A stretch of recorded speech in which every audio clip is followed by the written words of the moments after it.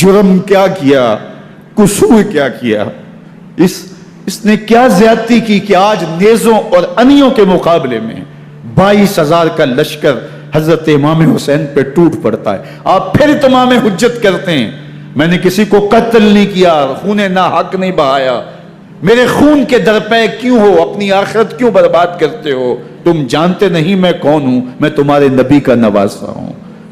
لیکن ابن زیاد کہتا ہے مقابلے میں آؤ. پھر حضرت امام حسین رضی اللہ تعالیٰ عنہ مقابلے میں آتے ہیں, اور جب گھوڑے کو ایڑ لگا کے دشمن اشقیاء پہ ٹوٹتے ہیں تو پھر ایسا منظر ہوتا ہے کہ وہ بھیڑ بکریوں کی طرح آگے بھاگتے ہیں. 71 زخم کلیجے پہ لیے شجاعت کا یہ پیکر جب میدان میں آتا ہے, آواز آتی, یہ کون ذی وقار ہے, بلا کا شاہ سوار ہے, لباس ہے پھٹا ہوا, غبار سے اٹا ہوا, تمام جسم نازنی چدا ہوا کٹا ہوا, یہ نبی کا نور عین ہے, یہ بال یقین حسین ہے, یہ حسین ابن علی رضی اللہ تعالیٰ عنہ. پھر چاند بادلوں میں گھر جاتا ہے, شامی غنڈے تیر برساتے ہیں, تلواروں سے آپ کے بدن پر ضربیں لگاتے ہیں اور نیزوں سے آپ کے بدن کو پرو دیتے ہیں. جب آپ کا پیراہن بعد میں اتارا گیا تو آپ کے پیراہن میں 122 سوراخ تیروں کے تھے, 33 زخم تلواروں کے اور 34 گھاؤ نیزوں کے تھے. جب گھوڑے کی زین سے فرش زمین پر آئے بدن چھلنی تھا, زخم زخم سے خون بہ رہا تھا. 3 دن کا پیاسا حسین, اللہ اکبر, بدن زخموں سے چور, 71 لاشیں کلیجے پہ لیے, مخدرات اسلام کے پردے کا خیال دل میں الگ ہے. لیکن گھوڑے کی زین سے جب فرش زمین پہ امام حسین آتے ہیں, زبان پہ ہائے نہیں, نالا و شیون نہیں, چیخ و پکار نہیں, آتے ہی پیشانی سجدے میں رکھتے ہیں اور پکارتے ہیں اللہم ردن بقضائک وصبرن علی بلائک تسلیما لامرک سبحان ربی العالی. مالک گھر لٹا کے, بچے لٹا کے, خاندان سب کچھ قربان کر کے, اپنے بدن کو زخموں سے چھلنی کروا کے, تیروں اور نیزوں کی انیوں سے اپنے آپ کو زخمی کروا کے, تیرے حضور سر جھکا کے یہ اقرار کرتا ہوں کہ حسین تیری تقدیر پہ راضی ہے. مالک تو بھی بتا, تو بھی حسین پہ راضی ہوا ہے کہ نہیں ہوا. آواز آ رہی ہے, اس پیاسے پر علی شیر خدا کو ناز ہے, اس نواسے پر محمد مصطفیٰ کو ناز ہے. اوروں نے بھی سجدے کیے پر اس کا عجب انداز ہے, اس نے وہ سجدہ کیا جس پر خدا کو ناز. حسین ابن علی رضی اللہ تعالیٰ عنہ کا سر انور دستے قاتل نے تب کاٹا جب وہ سجدے میں جھکا ہوا تھا. یزید نے کہا میں بیعت لوں گا, امام حسین نے کہا کبھی بھی نہیں دوں گا. یہ سر کٹ سکتا ہے, جھک نہیں سکتا. سر کاٹ کے نیزے کی نوک پہ چڑھا دیا گیا, اور یہ اس بات کا اعلان تھا کہ ہم جیت گئے اور حسینی ہار گئے. اور لشکر یزید میں غوغا مچ گیا, نقارے بجنے لگے کہ ہم جیت گئے, دیکھو امام حسین شہید کر دیے گئے, اور سر کاٹ کے نیزے کی نوک پہ چڑھایا گیا. لیکن لشکر یزید سے ہی آواز آئی, یہ کیسا سر ہے جو کٹ کے بھی سر بلندی ہے, کٹ گیا ہے پھر بھی اونچا ہے. اللہ اکبر, یہ سر سجدے میں کٹا ہے, رب کے حضور عبادت کی حالت میں کٹا ہے. حسین آج بھی سجدے میں ہے. اللہ اکبر, حسین آج بھی سجدے میں ہے, بلکہ کٹے ہوئے سر کا رخ زمین کی جانب تھا اور کٹی گردن آسمان کی طرف, یوں نیزے پہ پرویا گیا. اللہ اکبر, ایک شاعر نے نقشہ کھینچا, بآنکھ سر نیزے پہ اور سوئے زمین ہے روح, یعنی سجدہ ثانی کی ہے آرزو. رکعت کے 2 سجدے ہوتے ہیں, ابھی ایک سجدہ ہوا تھا کہ دست قاتل نے سر کاٹ دیا. کہا حسین کی پیشانی میں دوسرے سجدے کی تمنا مچل رہی ہے. یہ تھا حسین ابن علی کا سجدہ. ساری زندگی رب کے حضور سجدہ قضا نہیں ہونے دیا. آج پانی نہیں ہے, اللہ اکبر, آج تیمم کر لیتے ہیں. آج اپنے خون کو اوڑھ کر کے حسین نے اپنی پیشانی اپنے مالک کے حضور جھکا کر کے عظیمت کی وہ انوکھی داستان رقم کر دی کہ صدیاں گزرنے کے باوجود بھی ان کی یادوں کے چراغ روشن ہیں. جب حضرت امام حسین اور دوسرے آیان و انصار کو شہید کر دیا گیا تو ان کے سر نیزوں کی نوک پہ چڑھا دیے گئے.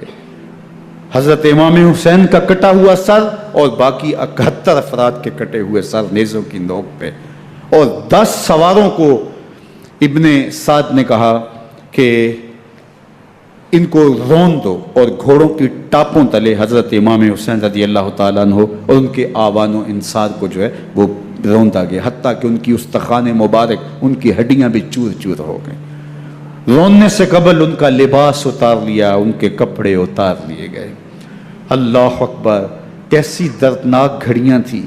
یزید کا صرف یہی بد کرداری کا مرحلہ نہیں تھا، اس کربلا کے صحرا کے اندر یزید نے جس طرح امام حسین رضی اللہ تعالیٰ عنہ کو شہید کیا اور حضرت امام حسین کے خاندان کو شہید کیا، جب مدینہ المنورہ پر یزید نے مسلم بن عقبہ کو مقرر کیا، جس کو بزرگوں نے مصرب بن عقبہ کہا ہے، تو اس کو کہا 3 دن تک مدینے کا حرم تمہارے لیے حلال ہوگا، جو چاہو تم کرنا، اور شامی فوجوں کو اجازت ہوگی۔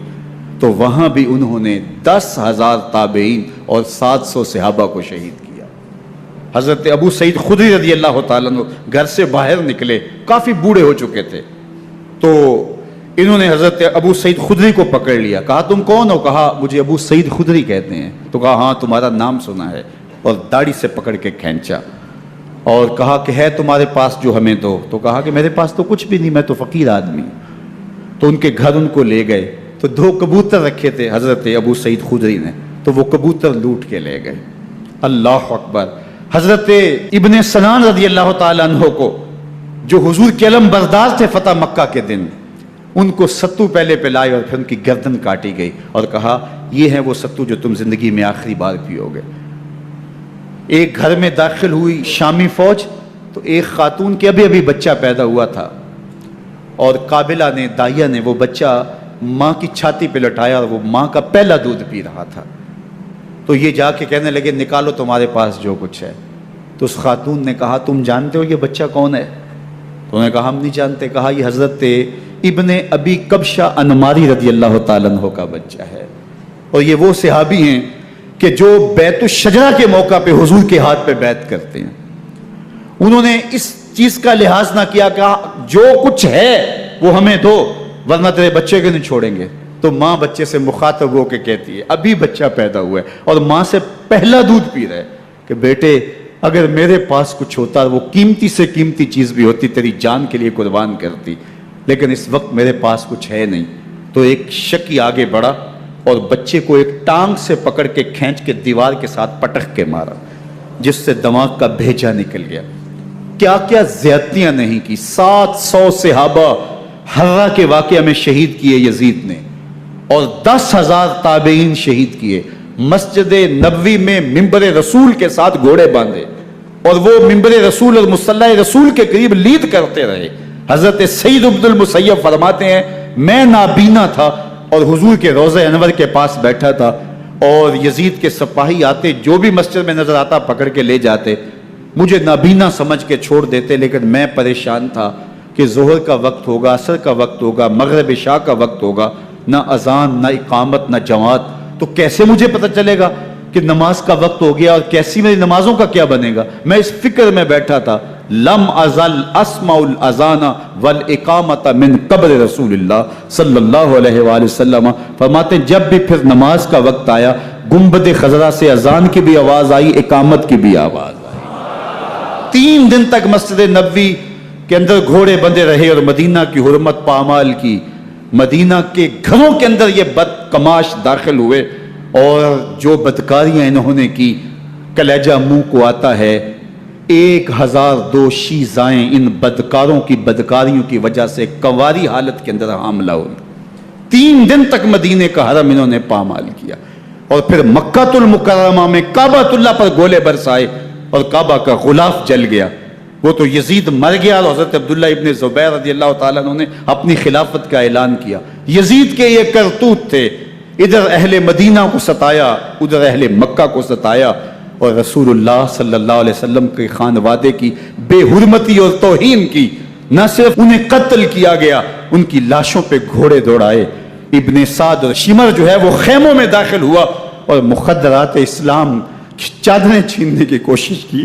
حضرت زینب سلام اللہ علیہ نے مخاطب ہو کے کہا ہمارے چہرے کے رکھوالے چلے گئے ہیں، ظالم تو خیال نہیں کرتا ہم رسول اللہ کی بیٹیاں ہیں؟